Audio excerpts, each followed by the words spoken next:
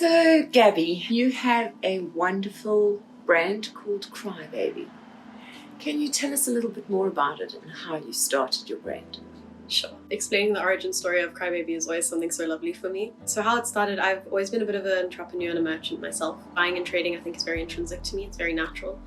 And I've been selling things on and off since about 14, I'd say. I was properly selling items.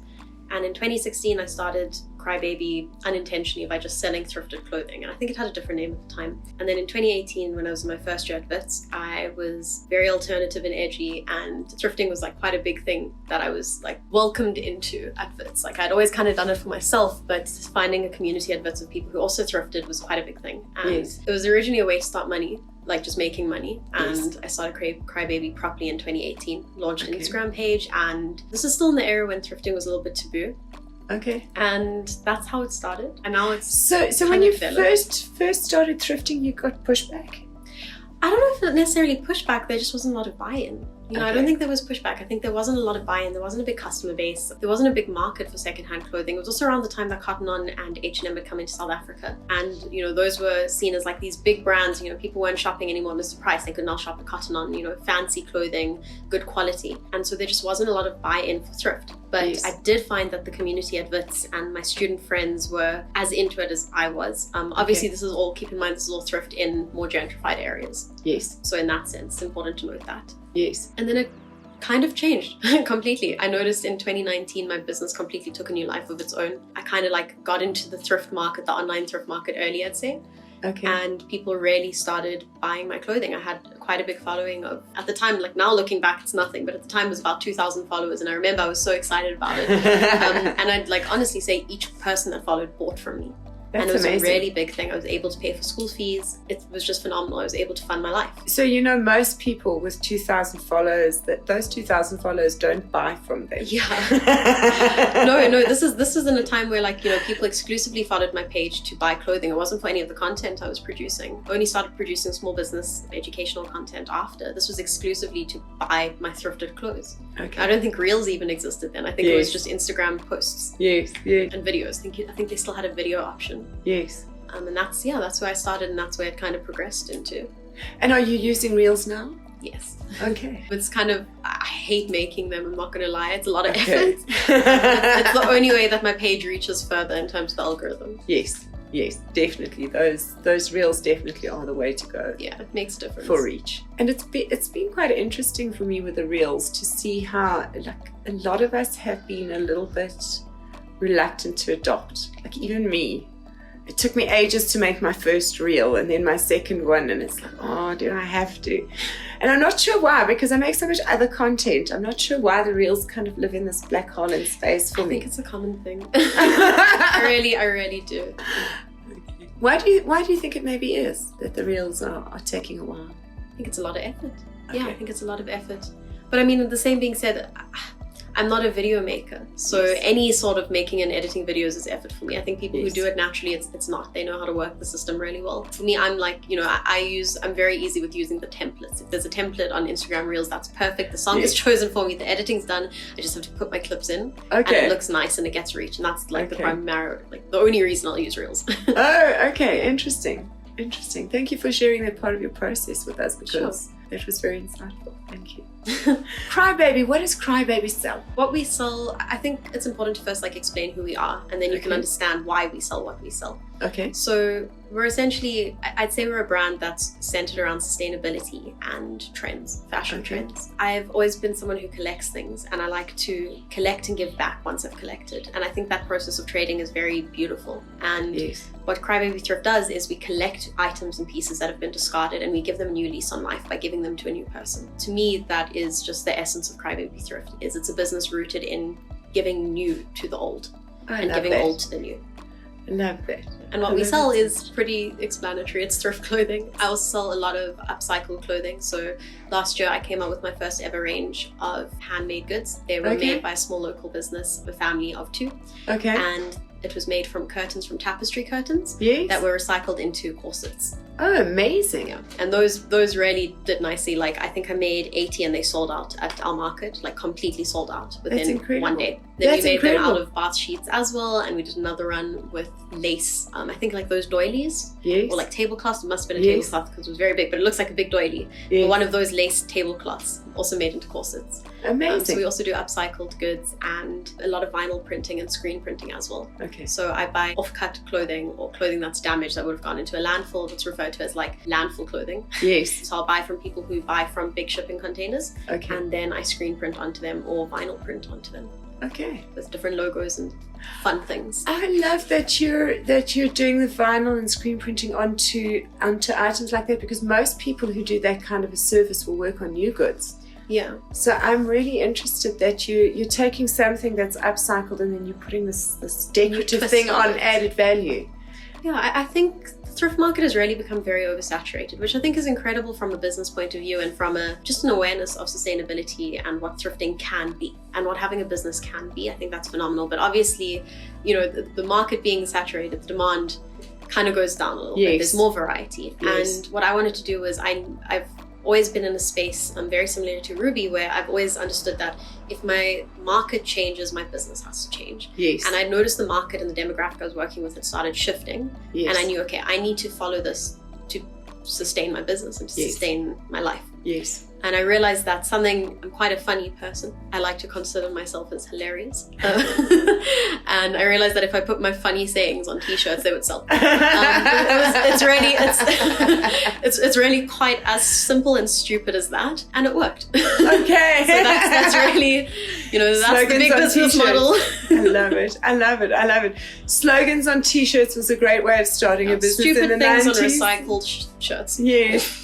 And I'm excited to hear it's still working for you today. It's a great Innovation that business. excites. Yes, yes, I love it. I love it. As Picnic and Thrift grows as a brand, do you see Crybaby disappearing, becoming less important? No, I'll tell you where I see Crybaby disappearing is when I disappear. Okay. I've noticed I'm very, very tightly linked to Crybaby from a personal perspective. Picnic and Thrift is very much, whilst I love it and it is a love child of mine, it's also almost compartmentalized in a way where I need to, I will put aside whatever is happening in my life emotionally to focus on it, Yes. because I know there's some level of accountability to other people in another community, whereas Crybaby, the community is essentially customers, it's just shoppers. Yes. And I often find that the brand will fall behind when I'm emotionally not doing well. Yes. And I think it's also because Crybaby is it gave me the platform for my own expression, for my own business, I think, honestly, the first time in my life where I looked at something and I was like, I can do this. I can actually do this, but for myself. Yes. With not a lot of guidance or help, I'm sufficient in this way. This is something I can do and it works for me. And I think that because of that, and because of me also being a bit intense with how I do things and pedantic in particular, when I'm not in a good space, I often find that I neglect the brand, and I'd rather just not do it at all and not touch it at all than mess it up or give a half-hearted, half-hearted attempt at finding good stock. Yes. So I don't think Picnic and Thrift has swallowed it. I think if anything, Picnic and Thrift has actually amplified it. On days when I'm struggling with Crybaby, I find that I know I have another platform that will lift Crybaby up. Yes. That will lift my thrift clothes up. I know that no matter what, I can always rely on my market to support my brand. It is a bit of like a sustainable cycle in and of itself. I've created, Ruby and I created another platform for our already existing platforms. I love it. I love it. It's quite funny. It's like selling petrol and then creating cars that need more petrol. It's like, I don't know if you know much about trains, but the whole process of how trains work and the steel industry being so big is trains were made out of steel, and what did they need to run on to work? Steel. So it just created the steel industry. Yes. So I'd like to think Picnic and Thrift kind of created the Crybaby industry or amplified it. I love that. That's such a wonderful analogy. That's beautiful. So I am so thankful to hear your inspiring story, and I'm sure it is going to inspire other entrepreneurs when they hear it. I am super excited to see this kind of energy and enthusiasm in young entrepreneurs in our country. I think it's so important, honestly. Yeah. I don't think we're ever shown or exposed to the beauty and wonder of small business development or entrepreneurship. I don't think we are. I think we're shown that we can finish high school, maybe get into university, maybe get an okay job.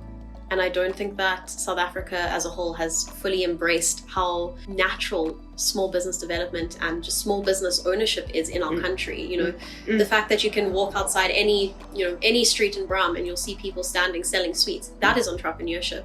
And those are incredible skills that often sustain and feed families. And I think we need more of that. I think we need more teaching of it and acceptance that this is a very viable way forward. So what I'm interested about is that I know there are lots of programs and things out there that support young entrepreneurs. Why are they not reaching people like you? You know, we've got programs and we've got people. Why are they not connecting? I think there's multiple reasons. Firstly, I think it's an issue of access. Yes. I think also there's an issue of corruption where a lot of these businesses are not actually, or are wanting to only fill their CRM or their corporate responsibilities with strings attached. Yes. I know for me, if I was offered funding and I knew there were strings attached of how I would have to run my business or what percentage would have to be, I don't know, what percentage would have to be donated back into here or used on this or used on marketing or used with these specific companies, I wouldn't want to take that funding. Okay. But also, I think that there's not a lot of emphasis on how people can self-fund. And Yes. that there is small loans available for small businesses. I think that's a big thing. Student loans exist and everyone knows about student loans and Yes. like the rates. No one knows Yes. about small business funding. But I think you can get a 50,000 Rand small business fund from the government, if I'm not mistaken, if you apply through the right channels. Yes. Yes. And that Yes. makes a huge difference. Yes. That's actually more of a medium scale business in my world. So are you looking towards eventually scaling and getting funding and turning it into something bigger? I'm not very risk averse, but I'm very risk averse to using other people's money. Okay. I'm very much and I think this is also because I think I got into the market at the right time. And I mean, I remember when I started my business, of course, despite coming from a place of privilege, I've also had a lot of financial challenges and troubles growing up. There was a point where I wasn't able to attend school because I didn't have money. And I started my business with 2,000 Rand in my bank account. And I've turned it into, at 21, I bought my own car. And it's not a thing about, I'm not saying this to like, look how great, success, I'm saying Yes. that it's possible. And for me, the idea of having to scale up using someone else's money, it doesn't feel right for my story. I think it would be great for someone else's story. Yes. And I think it's wonderful. And I think for people wanting to go big, not immediately, but it's quicker, it's great. Yes. For me, I'm on a slower path. Okay. That's not where I am at. I love that you're so sure of who you are and what you want. That's how you're going to get where you want to go. I'm very one track mind. There's a million things going on, but those million things are connected to the one track. Okay, and what's that track? That track. Essentially, what am I chasing? What am I moving towards? I think the things that feel right. Okay. Yeah, I don't think I'm chasing happiness. I think happiness is very much a byproduct of what I'm doing. I don't think I'm chasing success. I think I've been very grateful to be in positions where I am and to have the opportunities to have met incredible people who've allowed me to have some level of success. But also success is so ephemeral. A little bit, yeah. It's like, for me, success is, it's not about having a store with my Crybaby clothing, and that doesn't look like success to me. For me, it's knowing that I feel fulfilled. And I feel fulfilled going to a market and seeing that people are making money. I feel fulfilled running my business the way I want to do it. Yes. I think that's my one-track mind, is fulfillment. Okay. I really enjoy finding peace. That is, what a wonderful goal in life to have. That's incredible. It's taken a lot of chaos to get here, don't get me wrong. I didn't know I could chase peace. That's beautiful. Thank you so much for this inspiring conversation. It truly has been a privilege to get to know you a little bit better today. Thank you for your time. Thank you.